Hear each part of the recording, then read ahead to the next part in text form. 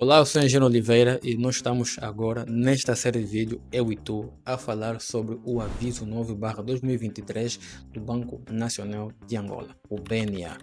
E nesta série de vídeos serão 3 vídeos, este é o primeiro vídeo, onde vamos abordar especificamente e responder as perguntas ligadas a o que é o aviso 9, quem pode beneficiar, quais são as condições principais, qual é a diferença entre simulação por rendimento e simulação por montante e quanto posso pedir de acordo com o meu salário. Vamos responder estas perguntas neste vídeo e nos próximos vídeos vamos abordar outras questões sobre a elegibilidade, passo a passo e tudo isso para que você consiga entender e estar dentro do assunto sobre o aviso 9, para assim conseguir preparar o seu processo e entrar para a virada de chave da sua casa. Comprar ou construir casas em Angola sempre foi um desafio, mas o aviso 9/2023 do Banco Nacional de Angola, o BNA, veio introduzir regras claras para facilitar este processo. E hoje, neste vídeo, vamos entender estas regras e ver com exemplos o quanto podes pedir aos bancos. Vamos direto ao ponto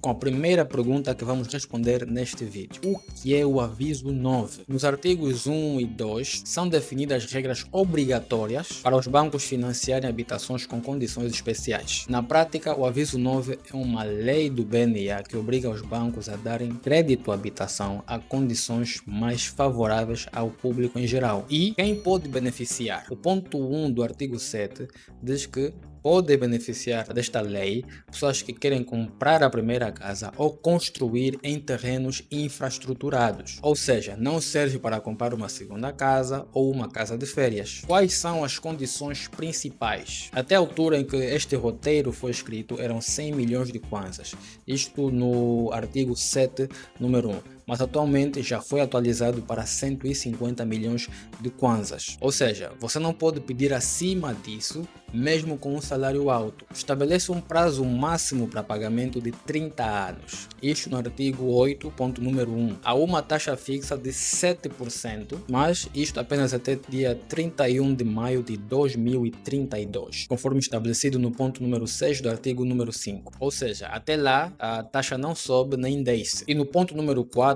do artigo número 8 estabelece apenas uma casa por beneficiário. Isso quer dizer que não dá para financiar várias casas ao mesmo tempo. Qual a diferença entre simulação por rendimento e por montante? O banco só aprova o crédito se a prestação mensal não ultrapassar 30% do seu rendimento líquido. No entanto, há bancos que exigem 35%, 40%. Para isso, basta você consultar com seu banco para saber quais são as condições que eles exigem ao abrigo do aviso 9. Isto é mais uma regra de prudência, é para evitar que a pessoa fique sem dinheiro para o resto da sua vida, enquanto estiver a pagar este crédito. Vamos aqui perceber alguns exemplos, ou seja, há uma taxa de 7% durante 30 anos. Se você ganha 200 mil kwanzas, você consegue pagar um crédito para uma casa num valor de 20 a 25 milhões de kwanzas. Se o seu salário chega até 500 mil kwanzas, você consegue ir até uma casa de 50 a 60 milhões e se for a 800, você já consegue chegar até a 70, 80 milhões. E se passar de 4 milhões de kwanzas, por exemplo, você consegue chegar até o teto, que são os 100 milhões ou atualmente 150 milhões de kwanzas. Então, vamos aqui fazer o cálculo da prestação por montante, ou seja, o cálculo inverso. Se você pedir um crédito de 20 milhões de kwanzas, você vai pagar aproximadamente 133 mil kwanzas por mês. Se for um crédito de 50 milhões de kwanzas, serão 333 mil kwanzas por mês. Se for 80 milhões, 533 mil kwanzas por mês. E se for 100 milhões, são 666 mil kwanzas por mês. Mas agora vamos aqui fazer um exemplo para perceber exatamente o quanto aqueles 30% representam de um salário de alguém que ganha 200 mil kwanzas por mês. 30% de 200 mil kwanzas são 60 mil kwanzas. Este é o máximo que aquele rendimento líquido pode fazer o pagamento por mês. Agora a questão é, quanto dá para financiar com 60 mil kwanzas pagos mensalmente por 30 anos a 7% de juros? O resultado fica na casa dos 20 a 25 milhões de kwanzas. Agora vamos fazer um exemplo com um montante de 20 milhões de kwanzas. Vamos fazer o raciocínio inverso. A pergunta é, se eu pedir 20 milhões de kwanzas, quanto é que eu vou pagar por mês? A resposta, cerca de 133 mil kwanzas. Sei que gera alguma confusão e a pergunta realmente que eu faço, onde é que está a confusão? Para quem ganha 200 mil kwanzas, pedir 20 milhões de kwanzas seria impossível, porque a prestação corresponde a quase 66% do salário, são 133 mil kwanzas por mês, e isso o banco não aprova. Ou seja, os 20 milhões de kwanzas só são viáveis para quem ganha acima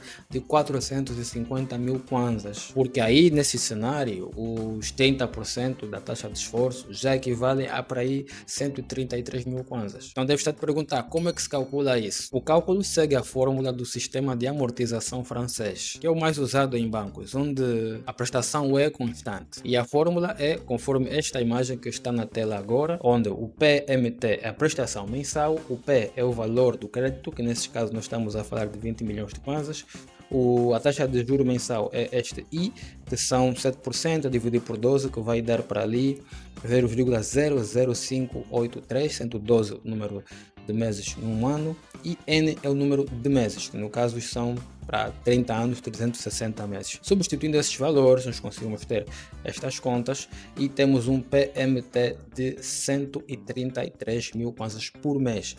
Isto a partir do valor do crédito fixo em 20 milhões de kwanzas. Então vamos direto ao ponto, usando o exemplo dos 20 milhões de kwanzas pagos em 30 anos a 7% de juros ao ano. A prestação mensal é aproximadamente 133 mil kwanzas por mês, que vem daquelas fórmulas que nós já fizemos aqui antes neste vídeo. Então, no final destes 30 anos, a esta taxa de juros, você vai pagar um total de 47 milhões 902 mil kwanzas. Isso é uma conta simples, são 133 mil kwanzas vezes 360 meses, que corresponde aos 47 milhões 902 mil kwanzas. Ou seja, os juros totais ao longo deste exercício vão ser 27 milhões de kwanzas 902 mil kwanzas, que é essencialmente a diferença entre o pago e o recebido.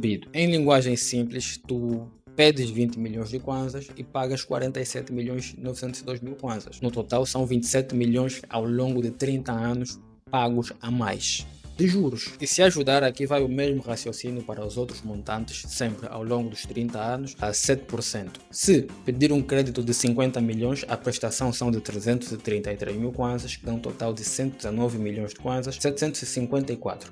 Ou seja, estamos a falar de juros correspondentes a 69 milhões 754. Se pedir 80 milhões, a prestação são 532 mil kwanzas e um total no exercício todo de 191 milhões 607 mil kwanzas.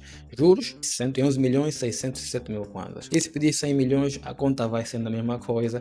No final você vai pagar 239 milhões 559 mil kwanzas. Os juros vão corresponder a 139 milhões 509 mil kwanzas. Mas atenção, há umas notas aqui a considerar. Estes valores não incluem seguros, comissões, impostos de selo e outras despesas contratuais que aumentam um pouco o custo desta operação como um todo. E se a taxa efetiva for diferente, tanto para mais quanto para menos, a prestação e o total pago varia. Então atenção, esses 133 mil kwanzas que eu trouxe aqui neste vídeo não saíram do nada, eles vêm da fórmula do sistema de amortização francês, que é a fórmula mais usada pelos bancos para fazer este tipo de cálculo. Basicamente o banco pega no valor do crédito, aplica a taxa de juro mensal e calcula o quanto tens que pagar todos os meses durante 30 anos. Por isso a conta não é simplesmente dividir 20 milhões por 360. Os juros é o que fazem a prestação ficar maior. Concluindo, o aviso novo cria oportunidades para muitas famílias realizarem o sonho da casa própria. Mas atenção, é fundamental perceber exatamente como é que ele funciona, os limites e as suas exigências, porque quem não entende estas condições acaba por se meter num crédito que ele não vai conseguir pagar. E as consequências disso podem ser muito graves, desde perder os benefícios até perder a própria casa. Por isso, antes de avançar, é muito importante garantir que as tuas condições se encaixam nestas regras. No próximo vídeo eu vou mostrar-te passo a passo quais são os documentos que você precisa e como funciona a análise do banco antes de aprovar o crédito. Então subscreva o canal para não perderes esta informação, porque é muito importante para o teu futuro como dono de obra, dono de casa, dona de obra, dona de casa. Essa informação pode ser a diferença entre o teu pedido ser rejeitado ou aceitado. Eu sou Engenheiro Oliveira e este foi mais um bloco sobre habitação em Angola. Até o próximo bloco.